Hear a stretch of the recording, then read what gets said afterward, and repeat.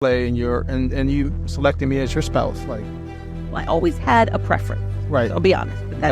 You are my preference, honey. But God has borne so much fruit out of, because I responded. I said, God, how do I respond to this? How do I take this and make it and address it? Don't ignore it, but address it in a way that will reflect who you are. And it's open. I think another area that we've had to navigate is selecting a church. Oh my God. Right? So like, what environment are we both going to feel comfortable? Where are we both going to have community? Where are we both going to have worship and teaching that we feel is relevant and speaks to us? Where are our children going to feel welcome and represented? And so... Tell me what you're waiting for, the best is all for you. I gotta pray some more since I come home to you. I had to line it up, and they say we shouldn't shine it up, but that's just how his timing was, and look at what we do. They cannot tell me nothing, baby, the way you walk, I love it. And if you take too long, I'm rushing. I come the way you are, just trust it. Then we gon' love forever, and we gon' ride this thing together. I got my mind on you whenever, I keep my eyes on you forever. Man, we got the kind of love that says.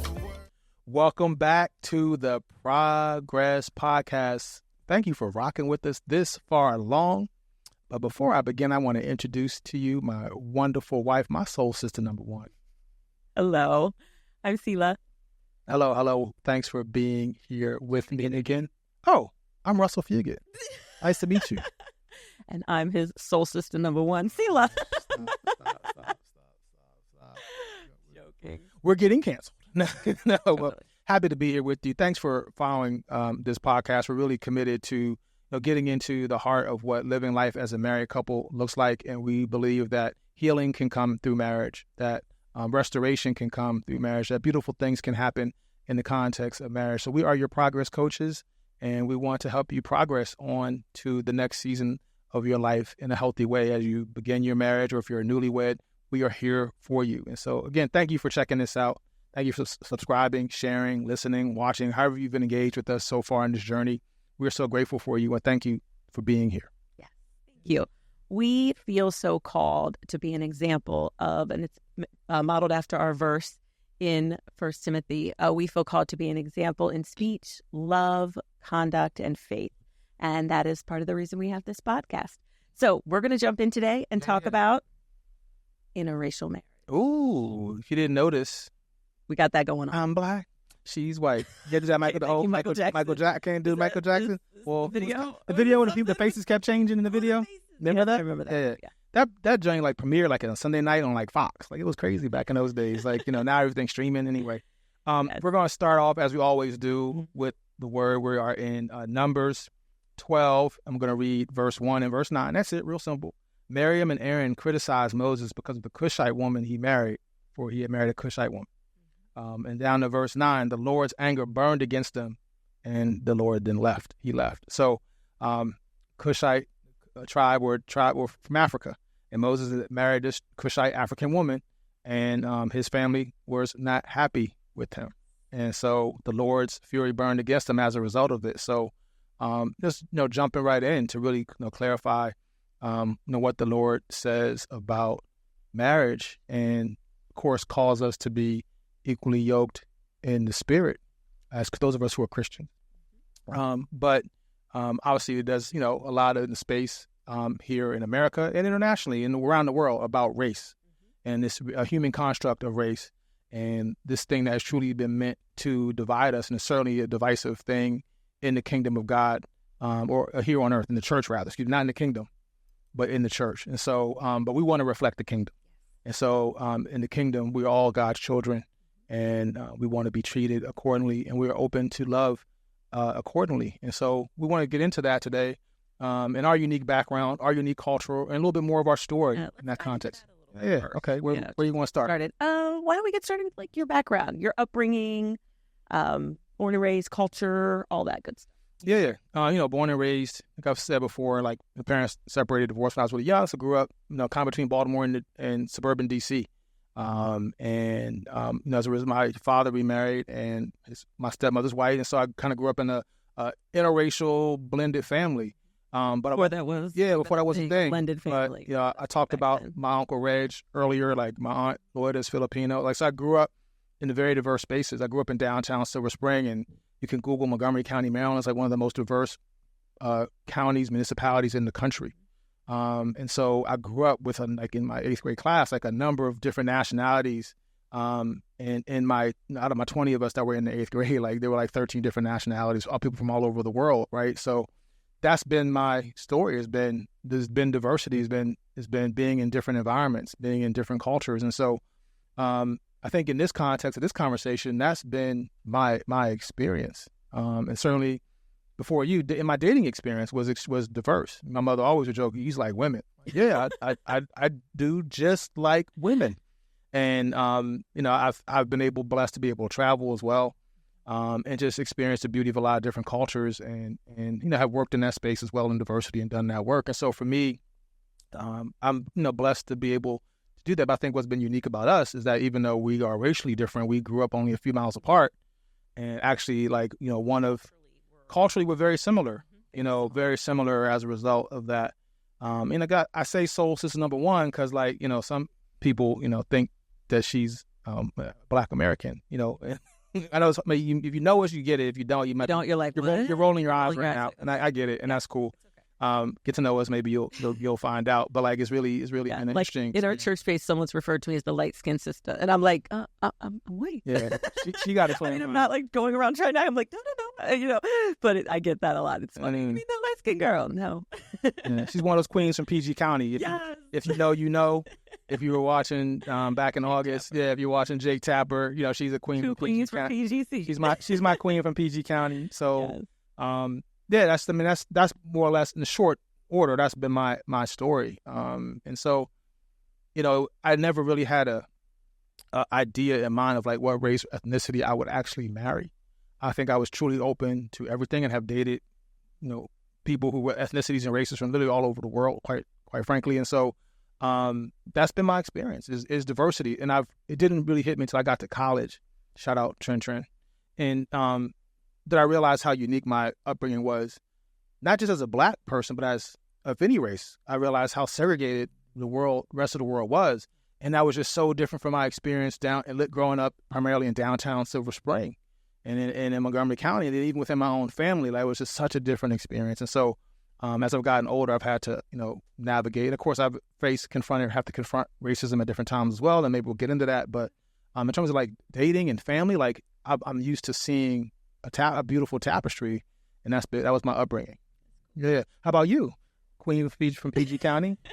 So I was raised in Prince George's County, which is right outside of D.C., right on the line of D.C., and I was actually raised in Hyattsville, and that is right on the D.C. line. I come from a home of 7 total, and growing up, we didn't come from a lot. We didn't have a lot. We lived in a 2-bedroom, 1-bath house with all 7 of us. What you would consider lower income. So a lot of our time was spent in church. A lot of time was spent in community activities that were free, and school things, stuff like that. But being raised in Prince George's County, was predominantly raised around people of color. And so it's just, those are my friends. And to this day, I think I have one white friend. And it's weird to say that. I recognize that that's probably weird, but it's just the truth about my life. It's the experiences, the people, the environments that I've been in. So unlike Russell, I have only really dated Black men, just to be honest, or men of color. Has been my preference because that is what I grew up around. That was what I was comfortable with. That was what I had shared experiences with. So that's always been a preference of mine. What else was I supposed to answer? Culturally. Yeah, culturally, growing up. Yeah, we have a lot in common in that way. Yeah. We both love the same kind of music. We both grew up on go-go. We both have a lot of the same food. If you're from D.C., chicken and mambo D.C. sauce, cultural references, yeah. And Baltimore, too. Because you spent time in Baltimore and I spent time in Baltimore. Right. So it's really cool that This girl will pick some crabs. Let me tell you, she will pick some. She's Maryland girl. So yeah, Maryland girl, born and raised. Yeah. Humble beginnings. Right, very humble. Right. Yeah. So, Lots of love. I mean, so you touched on a little bit, like to what extent did like race or culture play in your, and you selecting me as your spouse? Like, Well, I always had a preference. right. So I'll be honest. You are my preference, honey. Like, what was that thing? 6'5", finance. What is it?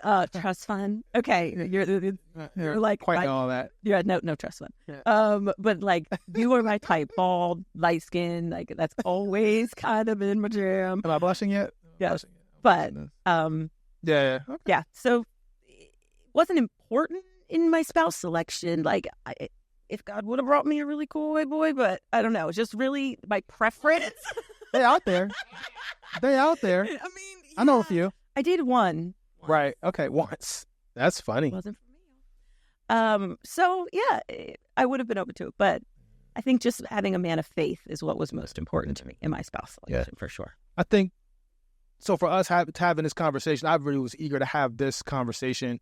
I think one of the things I've been challenged by is that you turn on, especially like social media, like there's some really unhealthy imagery that's out there around and fetishization, if I'm spitting that word out, right? I was going to say it's almost like a fetish. Yeah, around interracial dating, interracial relationships, interracial sex, and then interracial children. That's a whole thing and too. we might touch on some of that for as some of that's, well, not the fetishization, but like how that's impacted our family. But I feel like I haven't seen a whole lot of healthy conversation around this topic, particularly through the lens of Christ. And so obviously, we know that the generations that are coming up behind us are increasingly diverse, are increasingly multiracial or biracial, interracial, however you want to put it, in terms of their marriage. And so, we're seeing that. I know in our both our families actually, newlywed and perhaps soon to be are like kind of in that situation. And so, or marrying someone that's outside of their quote unquote race. And so, like, which has been a beautiful thing for us to see and to observe happen. Like, and so, but I feel like a lot of what I see online is unhealthy. Yes. Yeah. Also, I feel like people don't talk about some of the challenges. Right. Because their family or they don't offend or something like that. And so people don't share how they go through that. I mean, we're not going to discuss it now, but if 45 years ago, we went through a really difficult tension with my family, and it was really tough. And those aren't the things that you're prepared for to deal with race within your own family. And so it was just a lot that like nobody was talking about. No one else was preparing us. And then we were kind of there and like, right. So I think it's so great that we're talking about this. There's a lot of people that need this. I think another area that we've had to navigate is selecting a church. Yes. Oh my gosh. Right? Yes. So like what environment are we both going to feel comfortable? Where are we both going to have community? Where are we both going to have worship and teaching that we feel is relevant and speaks to us? Where are our children going to feel welcome and represented? And so we've been blessed to find that for us. I know we joked about people thinking, you're Black, but we predominantly attend the African American church. And, I'm grateful that you are comfortable in those spaces. I know always everyone's not comfortable with you being in that space. That, I was going to say, that has been a challenge. Yeah. That has been really hard. Yeah. That I've just had to deal with and realize that their issue is not about me. Right. And whatever they're dealing with, I would be more than happy to love them through it, but sometimes you can't. Right. And you just have to distance yourself. But yeah, I've experienced a lot of just an upset or uncomfortableness that I'm in that space. And because I'm so bubbly and because I'm blonde hair and all this stuff, it's like even more of an annoyance that I'm there. And I can feel it and I have felt it. But I've had to learn how to not get over it and how to be unoffendable. Right. Learned how to be unoffendable because I realized it's not about me. Yeah. And God's done some beautiful things in that with one young lady who was really kind of nasty. And then she needed something from me. And God used that to change her heart towards me. Yeah. And it was beautiful to watch. Yeah, that has been. And I've kind of had to coach you through that because I've experienced it as a Black person being in sometimes exclusively white spaces in my education and in my professional and business experience time, and even some of the organizations I'm a part of because of my family history.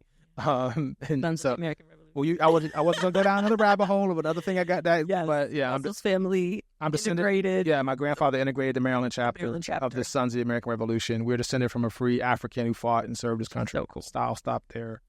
But like, it's been interesting. That's been my life story, is being in those spaces and learning how to be unoffendable, learning how to smile, and how to, but also how to stand up for myself when I've had to do that as well. And I know, one time I forgot to stand up was, when I was a young man in church I was attending at the time, pastor wrote in the bulletin that, their doctrine was that interracial marriage was forbidden unless the parents both agreed to it. And I didn't have Bible at the time. My mother actually gave me a copy of the letter a couple years ago, and so I still had it. I had faxed it from college. You yourself right now. I saw it, and I had to fax it in, and I never got a response. I'm still waiting. But I basically laid out why I thought that was wrong. And so I don't remember off the top what I said. But so it's all this to say is there's always been a challenge. It's a challenge in professional spaces. It's a challenge, of course, unfortunately, in church spaces. And I know, people often say, and I can't recall exactly who the quote might be, Dr. Martin Luther King, one of the most segregated times of the week is on Sunday. Thank you. Sunday morning. So America. We're still challenged with that, unfortunately, in America. But that's not kingdom, right? That's not kingdom. And so it's certainly a challenge. I know people have a lot of feelings about preference. Yeah, certainly is about preference. We all have preferences. Of course, we all have preferences. But what does God call us to do? Who does God call us to be to each other? And what does God call us to lay down to reflect? That's not easy. And it's not. That's not easy. Yes. So how do we love and serve beyond our preferences, right? How do we not center ourselves to be able to meet the needs that God may be putting right in front of us? We'd rather drive 10 miles further down the road for our preference, right? And so that's hard. And of course, it always, I've seen it happen. It gets hard when people, kids, I don't want my son or daughter dating those boys or those girls. And, that becomes a thing too. Let's just be real. And so I know, I think we probably both in different ways growing up navigated some of that energy as well. And so it's a challenge. We want to get real with you about it. We want to have a real conversation, not just, scrolling the Instagram and it's cool. God bless the people who have that ministry of doing the funny TikTok videos and dancing and look at my beautiful interracial family. But I feel like we need a different conversation that people, we know there are more couples who look like us who need to have a different conversation. So we hope this could be the beginning of a few. But for now, we want to start by having it and by opening the door to have this conversation. I know it may make some people, particularly perhaps older people or what have you, more traditional, quote unquote, people uncomfortable. But this is real. This is who certainly our country here is becoming, but globally, but this is kingdom. And so we want to reflect that. I want to go back to something you said earlier. You talked about being in what we call blended family now. How did that affect you as a Black boy? Because your mom was light and then your stepmom was white. How did that affect you within like the blended family unit? Well, I think for me it was always, there's a number of layers to it. So, certainly my mother was a Black woman through and through. My grandparents were Black, but my mother's a very fair-skinned woman, experiencing racism at as early as 4 years old, remembering seeing a teenage boy give my mom and I the middle finger at a restaurant.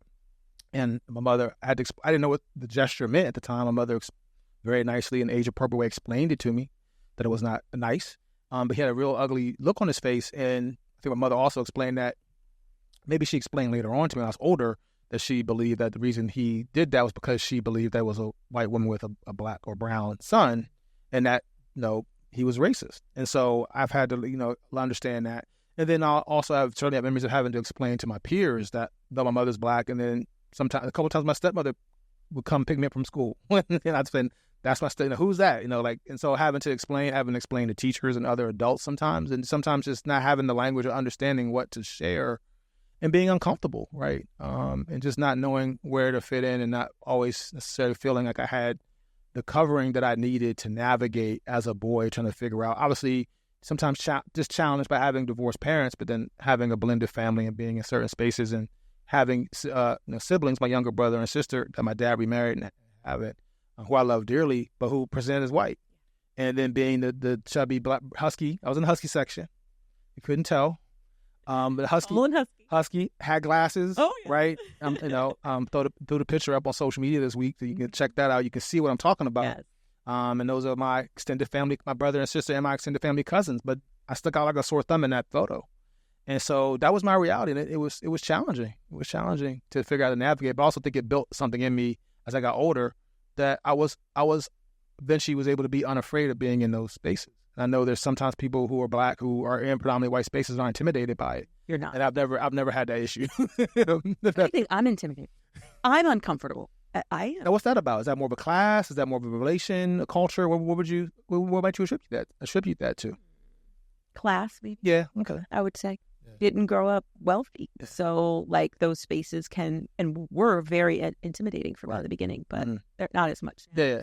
But definitely. I taught you how to make and of course we walk in the spaces, black spaces, white spaces, people trying to figure us out all the time. So I've taught her about that too. And if I start talking about anything relating to my family or what we might be doing, it's like, sometimes it can get interesting. So, we've had to learn how to just navigate, but just stay humble and be ourselves and reflect Christ. We're not thumping the Bible, but we're just loving people. We're bringing light and building relationships in our conduct. Yeah. In our speech. Yeah. And we stand in the gap, I think, uniquely in the marketplace. It gives us a great opportunities to uniquely stand in the gap in the marketplace in different ways. And so I think it's been a blessing as someone, again, for me and for both of us who grew up in a very diverse, again, one of the most diverse regions in the world, probably. Certainly in America and outside of D.C., like to be able to have the diversity and have the cultural flexibility, the cultural competence and awareness to be able to be in different environments and to be able to communicate and connect with people genuinely. And so it's challenging. And I know it's been challenging for us as parents in some ways, but it's been a blessing. Yeah, it really has been challenging. Do you want to talk more about the parenting anecdote? Things that have happened that I didn't expect. Like, when my daughter will sometimes feel like she has to, if she makes a comment about loving her blackness, she has to say, sorry, Mom. And I'm like, why are you saying that? And so we had to navigate that. No, I want you to embrace that. I'm proud of that. That's who you are. And so that was a little odd because I didn't know that I didn't think about she would look at me and think if she was talking down to, she always felt like she was offending you, might offend you. No. So that was challenging. And then I think the looks from other people, the comments or the exclusion that Paige has received. So our oldest daughter is more brown complected. Our youngest daughter is more fair. And we have had situations where women will come up to us and ooh and ah all over the youngest because she's fair complected and she has blue eyes and all the things. And then our oldest daughter sits there like, you don't see me. I'm not here. And it's really hard as a mom. Yeah. So we had one particular experience in California. We were out there a few years ago and we went to a restaurant and the manager came over after we had gotten our food and sat down and made a connection to us. She was white. And she apparently had just married her baby daddy, and they had a 3-year-old boy. And she was making a connection that our youngest looked similar to her son, and was going on and on and on about how beautiful our youngest daughter was and her eyes and everything, to the point where our youngest daughter, who was 4 or 5 at the time, was trying to bring her sister into the conversation. Bless her heart, was yeah, but my sister, da-da-da-da. She did it at least 2 times. She tried to bring, yeah, but my sister too, da-da-da-da. And she totally missed it and kept going on and pulling out her phone and showing us all the pictures. And she didn't show our oldest the pictures. Yeah. She showed us the youngest. She acted like our oldest wasn't there. Literally acted like she wasn't there. And so that moment was triggering to me because that was an experience, that was reflective of experiences I felt where I'd be with my stepmother and my siblings, and felt like people would interact with us in ways where I felt invisible. And I'm a big, chunky black kid. They saw me. Yeah, they saw me. But look how beautiful these kids are, and people I was wondering where I'm doing, and would act like I wasn't there. And so I couldn't address it. But luckily, you were able to step in. And what did you do? Well, it took a lot of bravery. I'm going to be honest. It did. I'm proud of you. To do. So we wanted to make sure that we weren't overreacting, because I think that's the one thing. A lot of times you can take on the offense of someone else. Good point. Or the lived experience of someone else, and you got to be really careful about that. So in California, tons of restaurants have playgrounds. So we sent the kids away to go play at the playground, and I asked Russell how he felt about that situation. And he had sunglasses on because it's an outside restaurant. And when you took your glasses off, you were tearing up. Yeah. And I was like, okay, you saw what I saw. I wanted to make sure I wasn't overreacting. And we talked, and then he got himself together, and we brought our oldest over to the table and just asked her, how did you feel about that interaction? And the tears. Yeah, we asked open-ended questions. Just asked And open-ended she started questions. describing what I described, basically. That she felt it. She recognized it. She noticed. She felt like she was invisible. Yeah, well, and I'm not here. She didn't show me the Why? pictures. Yeah. Everyone says that, my sister's so pretty, and it broke my heart. And I was like, I have a decision to make in this moment. My daughter is going to remember this moment, and how I react is going to change some things for her. And so I lovingly told them, I'm going to go talk to her. And my daughter was like, I don't want to talk to her. I'm like, don't worry, baby. I'm not going to do that to you. I never would do that to you. Right. And so I went over and asked if I could talk to her. And we went kind of outside, like around a bush, because I didn't want it to be I didn't want to come off harsh. When you cussed her out, you weren't going to. Oh my gosh, I'm joking. Joking. Yeah, I just don't want anyone to see in case like TMZ or anybody was there. TMZ jumping out the bushes. TMZ. We are in Cali, so I guess do it. It Yeah, but no. So I just pulled her around the side, and I just said, I'm a woman of faith, and heart to heart, I really would love to just be honest with you about how that interaction went down, and I wouldn't want your son to experience what my daughter did. And she was like, "What do you mean?" And she was totally like, honestly, Yeah. I don't think she meant it. Realized it. Don't think she realized it until I said it. Because she literally just got married like 2 weeks before. Like she was so excited about it. Like It was in her own, but she realized. And when I told her, she felt so horrible and apologized, asked if she could come apologize to my daughter. And I was like, no, I don't think that's important. But I just told her, like, please, be careful. Like, be intentional, because you wouldn't want someone to do this to your child. And I hugged her, and she hugged me and thanked me. And it ended so well. But it took a lot of confidence in me. And when I came back, Paige was so happy. Her chest was puffed out. Yeah. My mom, and we went back the next day in the hotel room. She was writing in her journal about what my mom did. And that really, like that small act of standing up for your child really shifted something for her. She knows I have her back. We have her back. Yes, we do. We do. And that really, it's a good learning experience for all of us. As hard as it was good. So, I mean, I really feel like in that moment you found your voice in terms of like learning how to stand up for our daughter, who's obviously clearly a Black girl, right? And what that requires. What else how have you grown as a parent in this way to understand, how the world is going to see them and treat them as Black women, but obviously, one presents as brown skins and one is not. Like, how has that impacted you as a white woman, as a mom? Like, I want them both to confidently feel comfortable to be who they are. Right. And our youngest, she calls herself Black Blonde. I mean, that's what she's called herself that for the past 3 years. I mean, she has her own little identification of what she is. Yeah. And then our oldest, she strongly identifies, I'm Black. Like, she thought I called her white the other day, and I wasn't even talking. She's like, I'm not white. I said, I didn't say anything about that. Hey, calm down. Like, I wasn't even talking to you. You misheard me. So, I want them to be their authentic self. I pray over them. I see the gifts in them. I encourage them in that, whatever they want to do. Like, it's not about me. It's about them. They're not living their life for me. Certainly. And I think, as parents, it's as you want to point them to Christ, you also want them to be aware of the world that we're in and what they may come up against as a result of their gender, or as a result of their race, or how people perceive their race or their ethnicity. And I think I showed her how to stand up for yourself. Yeah. Young. Right. She since has had to stand up for herself. Yeah. In other situations. And how to do that in a loving way. You don't have to be mean. Nope. You don't have to be vengeful, but you should stand up for yourself and give voice to what you see. I know also, and it's still early for them in some regard, they're getting to a point where they really need to understand it, but how to stand up for others as well. Yeah. When they're in their spaces, to the extent if they have privilege that they have because of how they look or how they show up, to be able to understand how to stand up for others as well in those spaces when things happen that just aren't right, whether it's intentional or unintentional. We can't always judge a person's heart. Only God can do that. But really to be able to stand up and point out and really lead with courage and lead with love and kindness. And so reflect the kingdom in that way, but understanding how they move through the world and how they may have barriers and obstacles, but we know who overcomes those, how they overcome. And that's the main thing. So we don't want them to get lost in that. But we also want them to know where their strength comes from, but also want them to have confidence in who they are, how God made them, fearfully and wonderfully. And that's what we speak over them. So, like I said, this is a part of our journey. So not just in our marriage, but in our parenting, of bringing, race together, and building a family. And they're going to experience rejection. Everybody does. Yeah.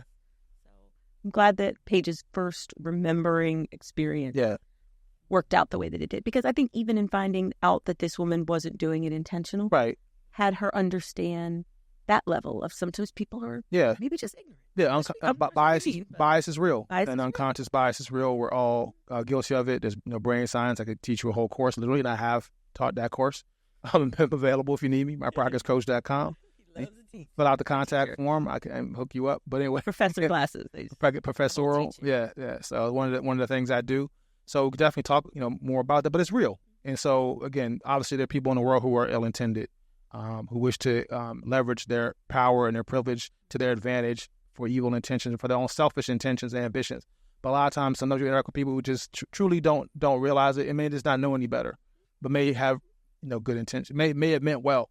So how do you lovingly handle that? How do you lovingly manage and navigate those situations? And we try to model that. There's been other instances we won't get into where we've had to model that. But but I will say, without telling those stories, by modeling it the right way, and sometimes it's taking like days or a week or so for me to calm down, to have to respond. In one case, I'm thinking about, but God has borne so much fruit out of, because I responded. I said, God, how do I respond to this? How do I take this and make it and address it? Don't ignore it, but address it in a way that will reflect who you are. And it's opened up doors for me to speak. Because you and to serve. Love. Yeah. God has just blessed us. Yeah. Right. So that's the opportunity, really, when it comes to this stuff. And I know we're in election season. I know it's complicated. And there's so much stuff in the atmosphere right now, and a lot of conversations and a lot of things going to make people feel uncomfortable. And I know I want to encourage everybody to guard their heart during this season in particular, not to get pulled down too much into these conversations. Sometimes these conversations are important. Even the ones that are happening in the political sphere about the future of our country are certainly important. But don't let it. But guard your heart. Right, keep your peace, right, and keep your focus, on Christ. And also, I just tell people, and this is people I coach and people I teach, focus on the people you can touch, the people in your school, the people in your community. Focus on that. Focus on representing love and light and kindness and generosity, not just generosity of spirit, to those people. And don't get too caught up in what's happening on the news every night and what have you, that we can't touch. Focus on who you can. Focus on the people in your home that you can touch, the people that you're leading as a man or as a woman in your home. So. That's maybe jumping into the encouragement inadvertently, but I just want to encourage people again, especially get into this election, to really focus on that and not get caught up in what's in the atmosphere too much. We've lived it. We lived it in 2020, unfortunately. It can really disrupt. Yeah. And so, be careful who you let, to that point, also say be careful who you let into your space of your family. Yeah, I was going to talk about that. Yeah, how important boundaries are. Boundaries. We have a couple in our life who talked about the couple bubble, and it really is like it's important to protect this. Yeah. The boundaries. And I know a lot of the older generation ain't going to like this, but when you leave and cleave, like the Bible says, this is now your family, and you cannot let your extended family or your family of origin ruin the family that you have. Yeah. And I had to make that brave, difficult choice to walk away from a ton of people, because I had 23 people in my immediate family at that time, because I cared about my family more. And those boundaries have only helped me. And I didn't go around saying, okay, these are my boundaries. Nope. I just live them. And that's what we do. We've had to do in many relationships, and that's what keeps us healthy. You didn't make an announcement and post them all? I didn't post online and go wild in the comments. By the way, you're going to change no one's mind in the comments section. So that's the political. I was going to say that. Don't fight with anyone in the comments. Or, don't fight with anyone even hear you, to be honest. But anyway, so that's a beautiful way to conclude. So how we wrapping this up? How we wrapping this up? We've already got a little bit of encouragement. Okay. That I feel like we should talk about a little bit, because I do think, why don't you ask, and then we can talk about, because this is a common thing, and I think we would be missed if we didn't discuss it. Well, did you face rejection? And maybe not so much with me, but I know we were married before. Like, did you face rejection as a result of the race of your spouse, or even from me? Or even from me? No, I'm not saying I heard every conversation. No, I guess I want to say I have been married before. We'll get into that in another episode. But my previous marriage, I have family from the Deep South. and a phone call was made to my father, and he was asked, "Are you stopping this?" And he's like, "No, we like this guy." And they were like, the Bible says you are to be equally yoked, and she is not equally yoked if she marries him, and blah, blah, blah. It went on this whole race thing trying to use unequally yoked in the Bible. And my father was such a great man. Maybe this is where I get the defending your children. Yeah. Probably. He was like, "That's not the Bible I read. Have a good day." Like, hang up. Don't come. You got to entertain it. He was not there for it. But that was the family that, my mom grew up in, and there were strong beliefs around us marrying. Now I will say, I'll be honest, I have a little bit experienced this on your side. Maybe not as much of race. I can't pinpoint as much as I'm not what was it the plan. People might have had in mind. Planned for you. So yeah, people, I guess. I don't even know, because I've never spent time unpacking this, but I have realized that people have assumptions. Perhaps they weren't assumptions. Perhaps they were expectations. I don't know. And that's hard to live with, because I know that I know that I know I'm not. Yeah. I mean, even to the point that 5 or 6 years in, someone would be like, "Oh, that's why you married her."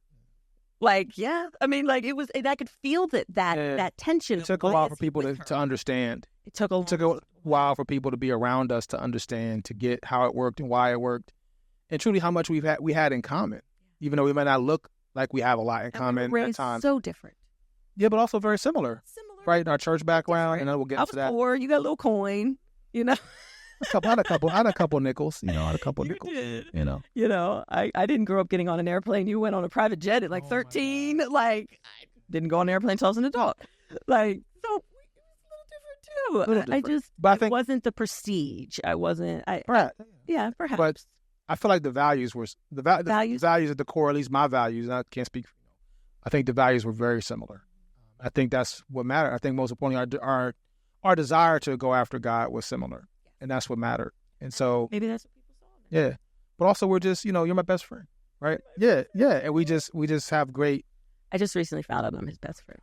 This is a whole funny stuff. He thinks I should just know that, and I'm like, "Well, you never told me." And he's like, we survived the whole pandemic. I mean, she like. But you don't call me best friend, so I got all excited because I felt like I was in high school and had like. Yeah, well, I don't want to call you bestie. That just that takes some things off the table. I don't want to take off the table. That's true. I don't want to. Don't take that off the table. Honey. We don't want to be in the friend table. We don't want to be in the friend zone. No, we don't want to be. No friend zone. No friend zone. You know what I mean. Did you face any rejection from my family, or from anyone in my sphere? Not that I'm aware of. Okay. Yeah. No, they were like, "Please take her." Yeah, probably. My dad was like, "Yeah. Miss your dad. I miss your mom too." Well, but yeah, like, no, I didn't. Okay. I didn't. Not that I felt, So I think people might have just thought I was crazy to take it on, but here we are, 10 years in and rocking. So where are we gonna go? So yeah, how is God calling us to serve in this season, or I guess more broadly, for culturally diverse families? Obviously, we live in Maryland, which is a very diverse region, increasingly so, but so are many other places. Obviously, we talked about me being a part of a blended family before that was a term. Obviously, we've talked about both of us coming through divorces in different ways. You as an adult, me as a child. What is God calling us uniquely to do here with this podcast, with our coaching? For me, I know that God is calling us to share we've overcome. Specifically for me, we haven't talked about it yet, but I went through a horrible addiction, and Russell was there and for me and helped me get through it, and we'll share about that. I'm having a brain moment because that's just, ask me the question one more time.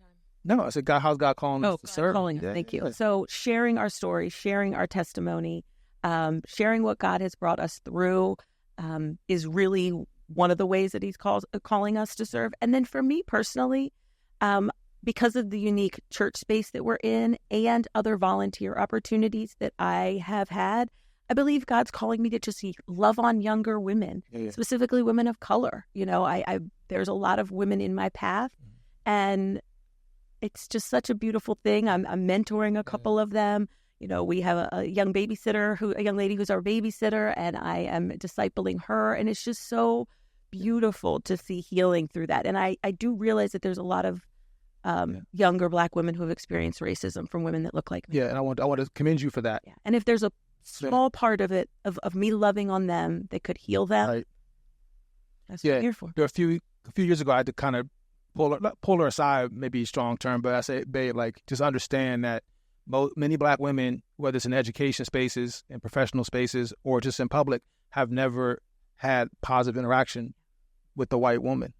And so for you to make them to have that experience, and I've encouraged you sometimes when you've had calls with women who you were just beginning to coach or mentor through our church, what have you, to put that on the table front end. Like, I do. I realize I'm an older white woman who you might not be used to, and I just want to put that on the table and acknowledge that, but just know that I'm coming from a place of love. I never want to offend. I'm here to serve you and love you and mentor you, and we can become friends, what have you. Like, and so to encourage you to just have that lens and have that perspective.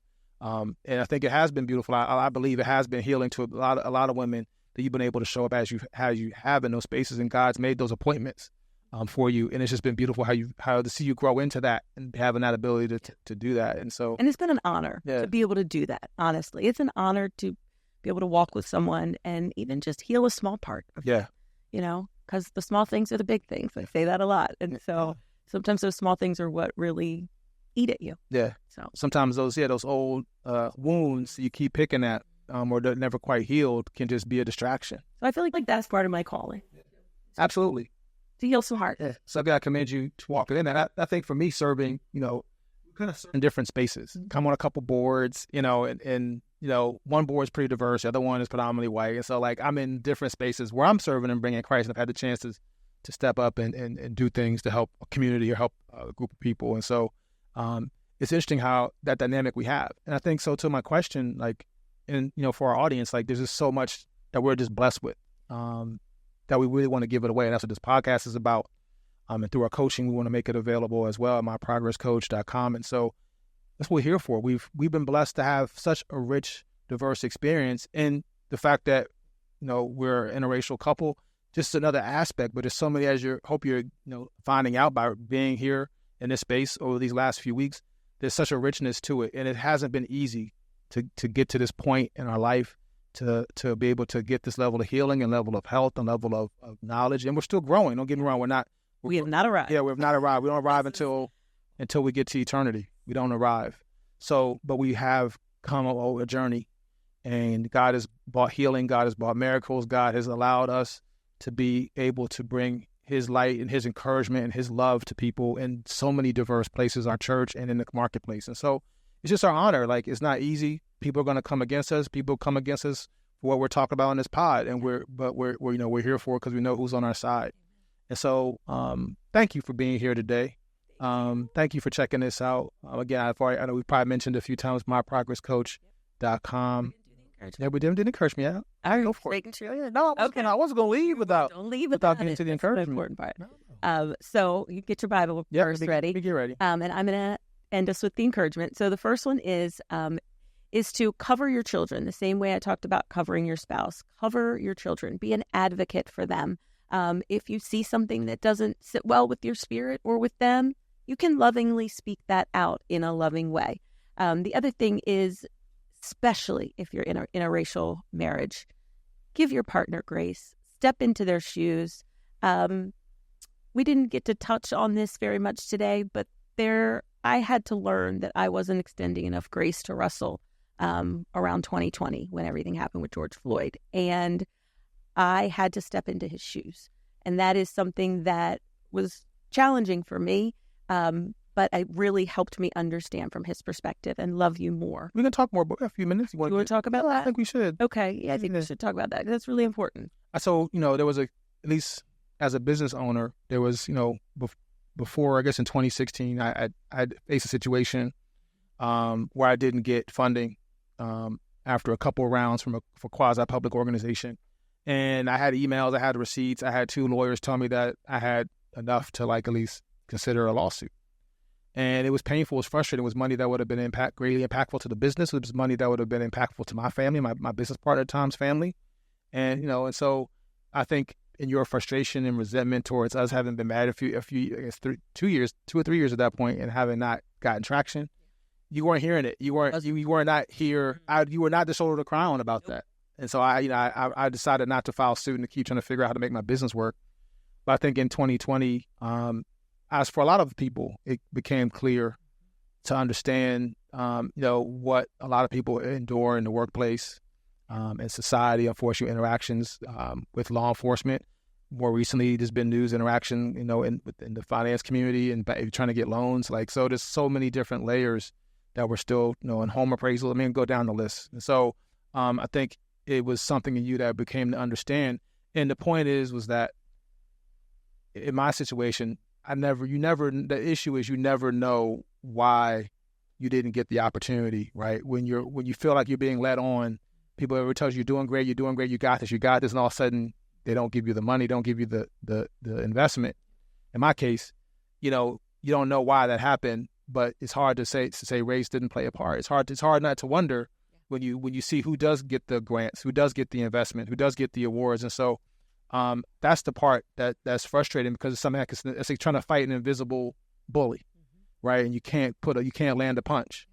And so for you to be able to see that and have more empathy for that, I'll say that I think that equipped you to help have more empathy for our daughter. Oh, to understand what she's up against as a young, now fully formed human child, but certainly very much aware of her environment, her surroundings, and how she's perceived and who she is in the world in the context of how she looks and how she shows up in her race. And so I think that was a very impactful time, obviously, while we were going through some family turmoil and challenges, but it was another painful season, but it was also a huge growing season. It was. It really helped me see it from your perspective. Yeah. I hate that it took me seeing all of us, the entire country, over and over again. Yeah, at some point it got to be too much. Seeing it, but it was just like, I see it, and I had to apologize. Yeah. And I did. We worked through it. Yeah. And that really did help the girls. We grew. Yeah. So I wanted to put that out there before we leave this topic today. Yes. And that brings us to the next encouragement, which is humbly coach each other. Yeah. Help them grow. Mm-hmm. You had to humbly coach me. You could have flipped off at me at 2016 when I didn't react the way you wanted me to, but you didn't. And you humbly loved me and coached me through, and as you did in 2020 when I had a lot of questions. Yeah. And, I think the other encouragement is to not let race or any other issue outside of your marriage divide you. So again, we're in election season, but there's also, family and other people, family of origin, et cetera, people who are outside who, can divide you if you allow it. So certainly be very careful about who's in your ear, certainly, be careful about who your friends are, who you're listening to. Don't speak ill of your spouse to your friends. And obviously, if you need support, you need community, obviously have your trusted people. But be very careful. Very careful. Yeah, because I'll be honest, in the beginning of our marriage, I was not so careful. And some of my single friends were not giving the best advice. Right. And I heard multiple times when your business wasn't growing and finances were, and you should leave him. A man is to provide. If he ain't providing in the way that he should, you should leave him. And I was like, I need to get new friends. I need to get married friends and women in the church. Because, you got to be really careful about that for sure. So, it's okay. It's healthy to have boundaries and to set those boundaries. To be very, again, you don't have to make an announcement. Yep. Just live them. And you can do it kindly and lovingly. And you can even honor elders by honor. Darius Daniels had a great sermon a few months ago, earlier this year. Honor doesn't necessarily mean access. And that's hard. And that's so hard. But we've had to honor does not necessarily equate to access. You can honor someone. Yeah, I can't take credit for that one. Darius Daniels, I'll send you the sermon if you need it. There's ways. We've had to live that out. Yeah, and it's really hard. It's hard. Especially with people you loved your whole life. Yeah. So we want to encourage you, protect your marriage, this covenant you've made, this family unit you've created, really at all costs unto Christ, right? And so we're here, no matter what it is. Blended family, previous divorce, multiracial, well, you name it. We've seen it. Addiction. Addiction. Finance, money, mental health. Money ain't working. Mental health ain't working. Money ain't money. Physical health ain't working. So we've been through these seasons. So it's truly a privilege to be able to be here and to give it away. I'm going to wrap with Colossians, 3:11. In Christ there is not Greek and Jew, circumcision and uncircumcision, barbarian, Scythian, slave and free, but Christ is all and in all. Amen. And I think there's nothing else better to say to leave it there. So thank you for watching. Again, check out the description if you want to bless us. We appreciate it. Please follow along. Visit myprogresscoach.com. Subscribe, share this if it blessed you. If you know someone else that will bless, please share it. And we'll be back next week. So with that being said, we couldn't love you if we didn't love you. Bye, y'all. Peace.